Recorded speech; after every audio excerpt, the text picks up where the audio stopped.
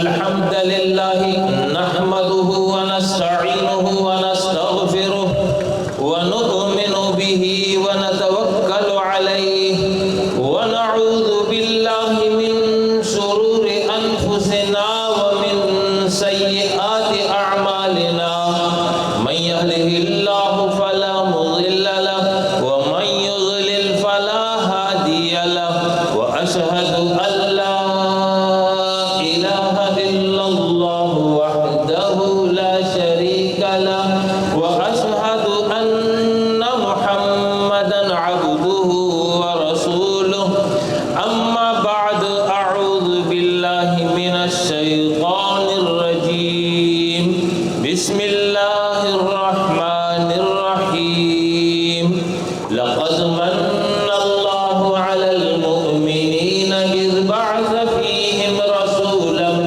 من أنفسهم يتلو عليهم آياته ويزكيهم ويعلمهم الكتاب والحكمة وإن كانوا من قبل لفي ضلال مبين وأيضا قال الله تبارك وتعالى هو الذي أرسل رسوله بالهدى ودين الحق ليظهره على الدين كله ولو كره المشركون وأيضا قال الله تبارك وتعالى فالذين آمنوا به وعزروه ونصروه واتبعوا النور الذي أنزل معه أولئك هم المفلحون أما بعد ماہ ربیع الاول قمری کیلنڈر کا تیسرا مہینہ، یہ مہینہ جب بھی آتا ہے اہل ایمان کے قلوب کی کیفیت بدل جاتی ہے، ایک خوشی کی لہر ہوتی ہے، جذبات ہوتے ہیں اور اس کا اظہار اہل ایمان کرتے ہیں۔ اس کی وجہ یہ ہے کہ اسی مہینے میں نبی اکرم صلی اللہ علیہ وسلم دنیا میں تشریف لائے اور اسی مہینے میں آپ دنیا سے رخصت ہوئے۔ اہل ایمان محفل میلاد، محفل نعت خوانی، محفل سیرت اور اسی نوعیت کے دیگر پروگرام کر کے اپنے مربی، اپنے محسن نبی اکرم صلی اللہ علیہ وسلم کے ساتھ اپنی عقیدت، اپنی محبت کا اظہار کرتے ہیں، اپنے ایمان کو جلا اور تازگی بخشتے ہیں۔ آج کی یہ مجلس اسی سلسلے کی ایک کڑی ہے۔ سیرت کو سمجھنے کے لیے میں آپ کو مقدمے اور تمہید کے طور پر چند نکات بیان کروں گا۔ اگر وہ سمجھ میں آ گیا تو پھر پوری سیرت سمجھ میں آ جائے گی۔ اللہ رب العالمین نے یہ کائنات بخش بنائی، بے شمار، ہمارے حساب سے بے شمار ہے، ورنہ اللہ کی شمار میں تو سب موجود ہے۔ ان ساری مخلوقات میں سے انسان کا انتخاب کیا، اسے عقل دیا، ارادہ دیا، شعور بخشا، دنیا کی اشیاء کو اس کے لیے مسخر کیا۔ یہ سب کچھ انسان کو دیا ہے، لیکن اس انسان کو کس مقصد کے لیے پیدا کیا؟ تو اس کا ذکر اللہ رب العالمین نے سورہ الذاریات اور سورہ البقرہ میں کیا ہے۔ پہلا مقصد یہ ہے کہ وما خلقت الجن والانس الا لیعبدون، انسان اللہ کی عبادت کرے، یہ اس سے مطلوب ہے۔ دوسرا یہ کہ انی جاعل فی الارض خلیفہ، انسان اس زمین میں اللہ کا خلیفہ ہے۔ عبادت اور خلافت یہ مقصد تخلیق ہے، اس کے لیے یہ پورا نظام بنایا گیا۔ عبادت کہتے ہیں اللہ کی رضا اور اس کے پسند کے مطابق قول، عمل، عقیدہ، اخلاق اختیار کرنا، اور خلافت کہتے ہیں کہ جو قوت، صلاحیت، کمال، ہنر اللہ نے بخشی ہے اس کو استعمال کرتے ہوئے اللہ کی رضا اور اس کے پسند کے مطابق دنیا کا نظام بنانا، دنیا کا نظام چلانا، یہ ہے خلافت۔ اللہ کی رضا اور اس کے پسند کا علم انسان کو کیسے ملے؟ انسان کو اللہ رب العالمین نے جو ذریعہ علم بخشا، اس میں پہلے مرحلے پر حواس خمسہ ہے۔ آنکھ سے دیکھتا ہے، علم میں اضافہ آ گیا۔ کان سے سنتا ہے، علم میں اضافہ آ گیا۔ زبان سے چکھتا ہے، علم میں اضافہ آ گیا۔ ہاتھ سے چھو لیتا ہے، علم میں اضافہ آ گیا۔ یہ وہ حواس خمسہ ہے جس کے ذریعے انسان کو معلوم ہو جاتا ہے، اس کے علم میں آ جاتا ہے۔ اللہ کی رضا اور اللہ کی پسند ان حواس خمسہ سے انسان نہیں جان سکتا۔ تو جہاں اس کی حد ختم ہو جاتی ہے، وہاں اللہ رب العالمین نے چھٹا ذریعہ علم انسان کو دیا ہے، اسے عقل کہتے ہیں۔ عقل کے ذریعے انسان سوچ بچار کرتا ہے، کسی نتیجے پر پہنچ جاتا ہے۔ لیکن جس طرح حواس خمسہ کی حدود ہیں، اسی طرح عقل کی بھی حدود ہیں۔ عقل ایک حد پر آ کر کے لاجواب ہو جاتی ہے۔ اللہ کی رضا اور اس کی پسند، اس کا علم عقل کے ذریعے بھی انسان نہیں جان سکتا۔ تو اس کے بعد پھر اللہ رب العالمین نے ساتواں ذریعہ علم انسان کو دیا ہے، اور یہ وہ ساتواں ذریعہ علم ہے کہ جس کے ذریعے انسان کو اللہ کی رضا اور پسند کا علم ہوا۔ وہ ساتواں ذریعہ علم وحی الہی ہے۔ یہ وحی الہی اللہ رب العالمین نے انبیاء پر نازل کی ہے۔ ان انبیاء نے پھر اپنی اپنی قوم کو بتایا ہے کہ اللہ کی پسند کیا ہے اور اللہ کی ناپسند کیا ہے۔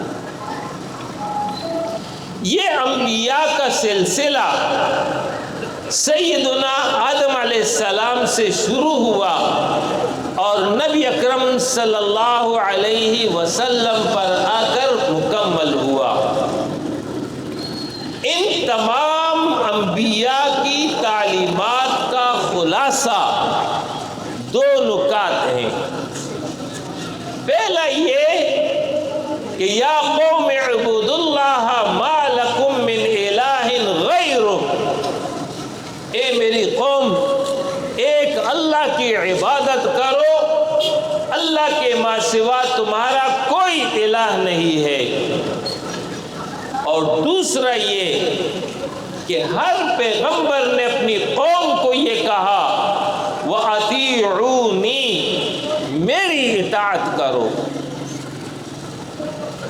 کی عبادت اور نبی کی اطاعت، یہ ہے خلاصہ تمام انبیاء کی تعلیمات کا۔ تو مقصود تو اللہ کی عبادت ہے، لیکن عبادت ہوگی کیسے؟ طریقہ عبادت پیغمبر بتائے گا، لہذا اس کے لیے لازم ہے کہ پیغمبر کی اطاعت ہو۔ بغیر پیغمبر کی اطاعت کے ایک انسان اللہ کی عبادت نہیں کر سکتا، اس لیے پیغمبر کی اطاعت کو لازم قرار دیا گیا۔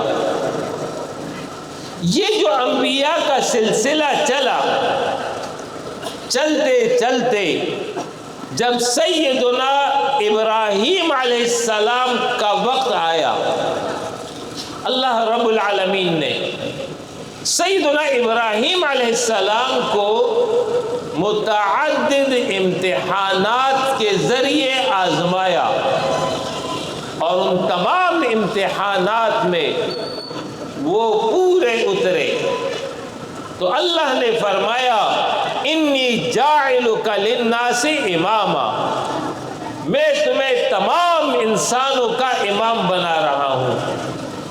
اور اس کی عملی شکل یہ بنی کہ سیدنا ابراہیم علیہ السلام کے بعد جتنے بھی انبیاء زمین پر آئے، یہ سب کے سب آپ کی اولاد اور آپ کی نسل سے تھے، اس لیے آپ کو ابو الانبیاء کہا جاتا ہے۔ سیدنا ابراہیم علیہ السلام کے دو معروف بیٹے ہیں، سیدنا اسماعیل علیہ السلام، یہ مکہ میں آباد ہوئے، اور سیدنا اسحاق علیہ السلام، یہ شام اور فلسطین میں ابراہیم علیہ السلام کے ساتھ ہی ٹھہر گئے۔ یہ دو تو معروف ہیں۔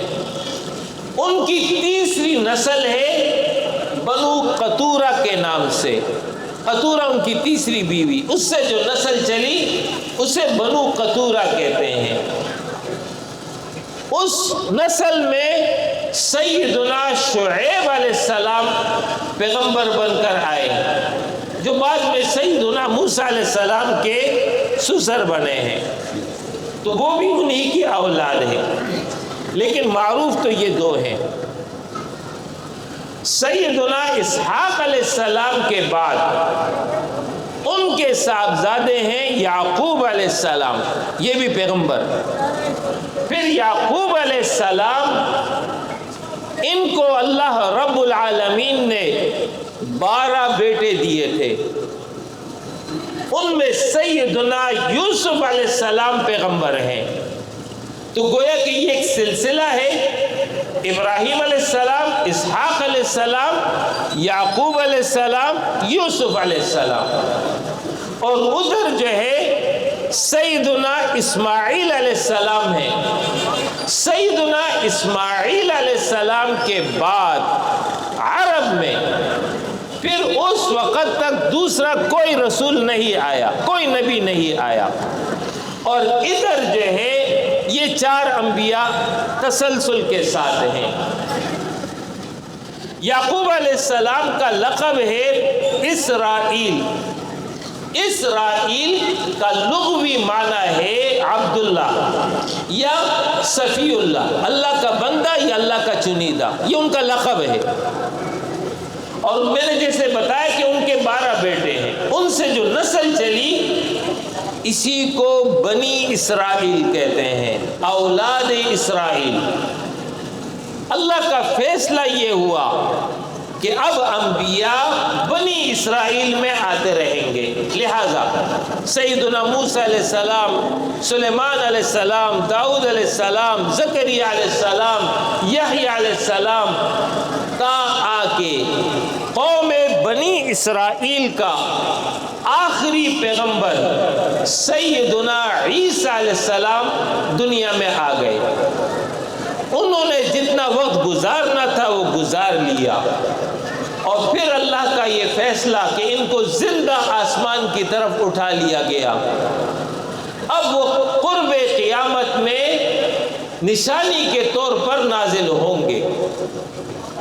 سیدنا عیسیٰ علیہ السلام کے دنیا سے اٹھائے جانے کے بعد پھر اللہ رب العالمین نے یہ فیصلہ کیا کہ اب قوم بنی اسرائیل میں مزید انبیاء نہیں آئیں گے، لہٰذا اب وہ کام جو انبیاء سر انجام دے رہے تھے وہ کام اب قوم بنی اسرائیل انجام دے گی۔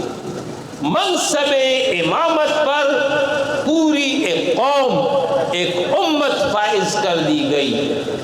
ان کے پاس تورات تھا، انجیل تھی، انبیاء کی تعلیمات تھی، لیکن وہ یہ کہ وقت گزرنے کے ساتھ ساتھ یہ قوم اس نے انحراف کا راستہ اختیار کیا، تورات اور انجیل میں تحریف کر ڈالی، اپنے من پسند احکامات بنا ڈالے، من گھڑت عقائد، نظریات، افکار اختیار کر لیے۔ اس کے نتیجے میں یہودیت اور عیسائیت پیدا ہو گئی۔ دوسری جانب مکہ میں سیدنا اسماعیل کے بعد جیسے میں نے ذکر کیا پھر دوسرا وقت تک کوئی نبی نہیں آیا۔ یہاں پر صورت یہ ہے، وقت گزرنے کے ساتھ ساتھ قوم عرب سیدنا ابراہیم اور سیدنا اسماعیل کی تعلیمات سے دور ہوتے چلے گئے، چند اعمال رسم کی طور پر رہ گئے۔ ان میں ایک حج تھا، دوسرا 4 مہینے حرمت والے، تیسرا محرم الحرام میں 10 تاریخ یوم عاشورہ کا روزہ، اور اسی نوعیت کے چند کام یہ رہ گئے۔ قوم عرب میں بنو خزاعہ قبیلہ ہے، عرب میں باقاعدہ کوئی ریاست نہیں تھی، کوئی منظم حکومت نہیں تھی، یہ قبیلوں میں منقسم تھے۔ تو ایک قبیلہ ہے بنو خزاعہ، اس کا ایک سردار شام جاتا ہے اور وہاں پر اس نے دیکھا کہ وہاں بت پرستی ہو رہی ہے۔ اس نے وہاں سے حبل نامی ایک بت لیا اور لا کر کے مکہ میں نصب کر دیا۔ اس کو دیکھا دیکھی لوگ جو ہے بت پرستی میں مبتلا ہو گئے۔ اس طرح وقت گزر رہا ہے، نتیجہ یہ نکلا پورے عرب میں شرک پھیل گیا، ادھر شام فلسطین میں شرک پھیل گیا، ضلالت اور گمراہی پھیل گئی۔ ان دو سے اگر ہم باہر نکلیں تو ایک طرف ایران ہے اور دوسری طرف روم ہے۔ ان دونوں نے اپنی چودراہٹ اور خدائی قائم کر لی تھی۔ نتیجہ یہ نکلا کہ جب الہی تعلیمات زمین پر نہ رہی تو انسان پر انسان حاکم بن بیٹھا، انسان پر انسان خدا بن بیٹھا، ہر زور آور کمزور کو دبانے لگا۔ زور آور قبیلہ ہو کمزور قبیلے کو دباتا، زور آور فرد ہو کمزور فرد کو دبا لیتا تھا۔ اس معاشرے میں جو کمزور طبقات تھے ان کے حقوق غصب ہو گئے، عورت، یتیم، غلام، چھوٹے بچے، ان سب کے حقوق غصب ہو گئے۔ جب الہی تعلیمات نہ رہی، شیطانیت اور نفسانیت ان میں رچ بس گئی، اس کے نتیجے میں قتل و غارت گری، زنا، چوری، ڈاکہ یہ جو ہے اس معاشرے کے اندر عام ہو گیا۔ جہالت اس حد تک پہنچ گئی کہ برہنہ ہو کر طواف کرنا بیت اللہ کا اسے تقویٰ کا معیار سمجھا جانے لگا۔ یہ ہے وہ منظر عرب کا اور عرب سے باہر کا۔ سیدنا عیسیٰ علیہ السلام کے دنیا سے اٹھائے جانے کے تقریباً 600 سال کے بعد اب اللہ رب العالمین نے فیصلہ کر لیا اپنے آخری پیغمبر کو بھیج رہا ہوں۔ یہ آخری پیغمبر، اللہ کا فیصلہ یہ تھا کہ بنی اسرائیل میں سے نہیں آئے گا، بلکہ یہ بنی اسماعیل میں سے آئے گا۔ لہذا رسول اللہ صلی اللہ علیہ وسلم کی بعثت ہو گئی۔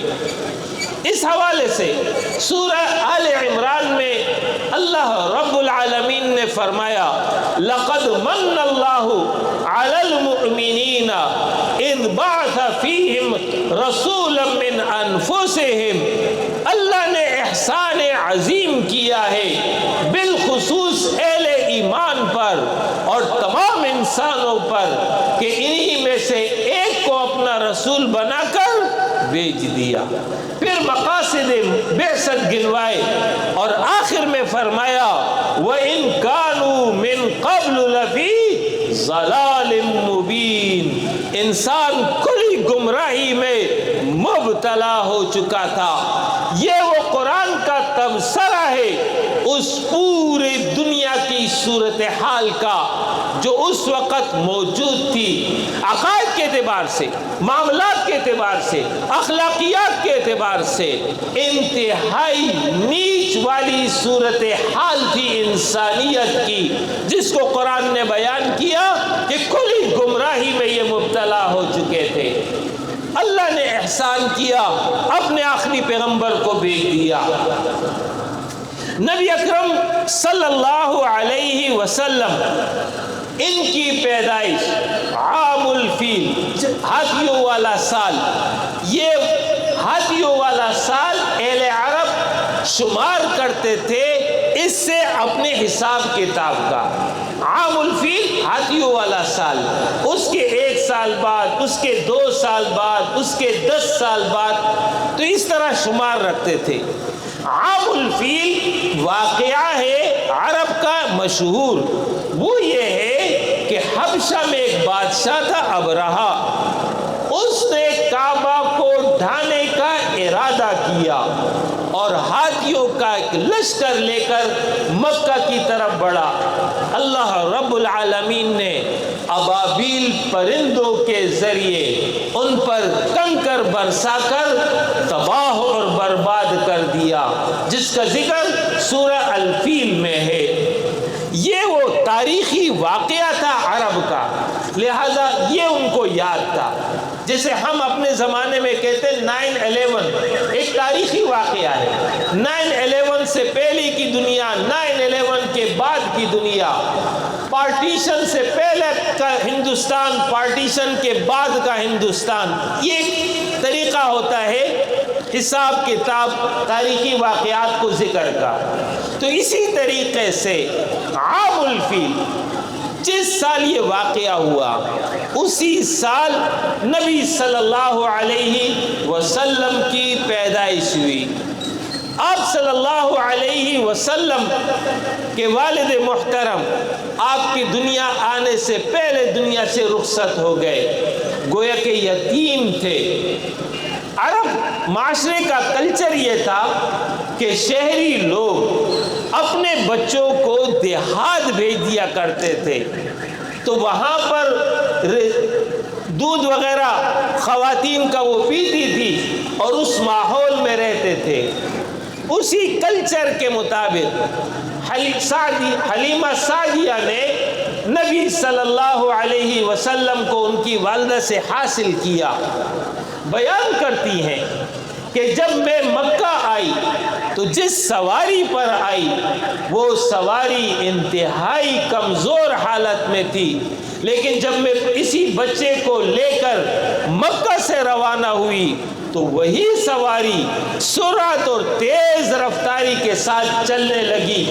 بیان کرتی ہے میری ایک اونٹنی تھی جس کے تھن سوکھ چکے تھے، لیکن جب یہ بچہ ہمارے پاس آیا تو اس کے تھن دودھ سے اس قدر بھر گئے کہ ہم گھر والے خوب سیر ہو جاتے اور اڑوس پڑوس میں بھی تقسیم کرنا شروع کر دیتے۔ وہ بیان کرتی ہے کہ ہماری چراگاہ خوش خشک تھی، سوکھ پنا اس میں موجود تھا۔ جب یہ بچہ ہمارے پاس آیا اس میں فصل لہلہانے لگی۔ یہ وہ برکات تھے جو سعدیہ حلیمہ نے اپنی آنکھوں سے دیکھا۔ 2 سال مدت پوری ہو گئی، بچہ واپس کر دیا گیا۔ پھر حلیمہ سعدیہ نے ان کی والدہ سے گزارش کی کہ بچہ مجھے مزید کچھ عرصے کے لیے دے دیا جائے تاکہ وہ برکات، وہ فیوز جو میں نے اس 2 سال کے عرصے میں پائے ہیں وہ جاری رہے۔ آپ کی والدہ محترمہ نے نبی کریم صلی اللہ علیہ وسلم کو جو 2 سال کی عمر میں تھے واپس ان کو لوٹا دیا۔ یہ بچے کو لے کر واپس آئی۔ 2 سال مزید گزر گئے۔ جب 4 سال کی عمر ہوئی، رسول اللہ صلی اللہ علیہ وسلم بچوں کے ہمراہ کہیں کھیل رہے تھے۔ اچانک ایک شخص آتا ہے، آپ کو لٹا دیتا ہے اور آپ کا سینہ چاک کر کے اس میں سے دل کو باہر نکال لیتا ہے، اور اس کے ساتھ ایک نالی تھی، اس نالی کو اس نے الگ کر دیا کہ یہ شیطان کا حصہ ہے۔ پھر آب زمزم سے اس کو دھویا اور دوبارہ اس میں رکھ دیا اور دوبارہ جو ہے سینے کو ملا دیا، پہلی کی طرح ہو گیا۔ بچے گھبرا گئے، سعدیہ کو اطلاع دے دی۔ سعدیہ آئی، نبی صلی اللہ علیہ وسلم کو اس کیفیت میں دیکھا تو اس کے بعد وہ ڈر گئی کہ کہیں بچے کو کچھ ہو نہ جائے۔ انہوں نے ان کی والدہ کو واپس بھجوا دیا۔ یہ سیدنا جبریل علیہ السلام آئے تھے اور شق صدر کا یہ پہلا واقعہ ہوا تھا۔ اس کے بعد نبی صلی اللہ علیہ وسلم کی والدہ کا بھی انتقال ہو گیا، ان کے دادا عبد المطلب کا بھی انتقال ہو گیا۔ ابو طالب آپ کے چچا ہیں، انہوں نے آپ کی سرپرستی شروع کر دی۔ نبی صلی اللہ علیہ وسلم لڑکپن کی عمر میں آ جاتے ہیں۔ اس عمر میں آپ نے مکہ کے لوگوں کے بکریاں لے کر اس کو چند قیرات یعنی معمولی رقم کے بدلے ان کو چرانا شروع کر دیا۔ اسی عمر میں گویا کہ وہ محنت اور مزدوری کی طرف متوجہ ہو گئے۔ عمر تھوڑی سی بڑی، جوانی کی عمر آ گئی۔ سیدہ خدیجہ یہ وہاں کی ایک مالدار خاتون تھی جو مزاربت پر اپنا مال دیا کرتی تھی، تجارت کی غرض سے۔ مزاربت کا مطلب یہ ہے کہ ایک شخص کا مال ہو، دوسری کی محنت ہو، اور جو منافع آ جائے اس میں جو طے ہو جائے اس کے مطابق منافع تقسیم ہو جائے گا۔ لہذا اسی مزاربت کی بنیاد پر رسول اللہ صلی اللہ علیہ وسلم کو سیدہ خدیجہ نے اپنا مال دے دیا۔ نبی صلی اللہ علیہ وسلم اس مال تجارت کو لے کر شام کی طرف روانہ ہو گئے۔ سیدہ خدیجہ کا ایک غلام میسرہ وہ آپ کے ہمراہ تھا۔ میسرہ نے نبی صلی اللہ علیہ وسلم کو دیکھا سفر کے دوران، شام کے وقت، شام جب یہ پہنچ گئے اور جتنا عرصہ وہاں رہا، ان کا حسن اخلاق، ان کا انداز گفتگو، ان کا لوگوں سے رویہ، امانت، دیانت، صداقت، وعدے کو پورا کرنا، یہ تمام چیزیں دیکھی اور اس کے نتیجے میں تجارت میں برکت دیکھی۔ یہ ساری کیفیات جب میسرہ نے دیکھی تو واپسی پر آ کر کے اپنی سردار یعنی سیدہ خدیجہ اس کو یہ سارا واقعہ بیان کر دیا۔ اس واقعے کو سن کر کے سیدہ خدیجہ متاثر ہوئی، وہ ایک بیوہ خاتون تھی۔ اس کے بعد انہوں نے نبی اکرم صلی اللہ علیہ وسلم کو پیغام نکاح دے دیا۔ پیغام نکاح کے وقت آپ صلی اللہ علیہ وسلم کی عمر 25 سال تھی۔ سیدہ خدیجہ رضی اللہ عنہا کی عمر 40 سال تھی، بیوہ خاتون تھی۔ ابو طالب نے آپ کا نکاح منظور کر لیا اور اس طرح آپ نکاح کے بندھن میں بن گئے۔ یہ وہ 25 سال کی عمر کا میں نے آپ کو خلاصہ بیان کیا۔ اس 25 سال کے عرصے میں آپ نے کبھی جھوٹ نہیں بولا، خیانت نہیں کی، کبھی کوئی گناہ کا کام نہیں کیا، کبھی بت پرستی نہیں کی، کبھی شراب نہیں پی۔ اس کیفیات کے دیکھ کر کے اہلیان مکہ نے آپ کو صادق اور امین کا لقب دے دیا، انتہائی سچا انسان، انتہائی امانت دار انسان۔ اسی عرصے میں ایک اور واقعہ ہوتا ہے حلف الفضول کے نام سے۔ وہ یہ ہے کہ یمن سے ایک تاجر آتا ہے، ایک سردار اس سے مال خرید لیتا ہے، قیمت ادا نہیں کرتا۔ وہ اس بات پر پریشان ہو کر کے سرداروں کے پاس جاتا ہے کہ فلاں سردار نے میرا مال لے لیا، قیمت نہیں دے رہا ہے، میری مدد کرو۔ سرداروں نے اس کو سن کر کے فیصلہ کر لیا کہ ہم مل کر کے ایک معاہدہ کرتے ہیں کہ جو بھی معاشرے میں مظلوم ہوگا اس کی مدد کی جائے گی۔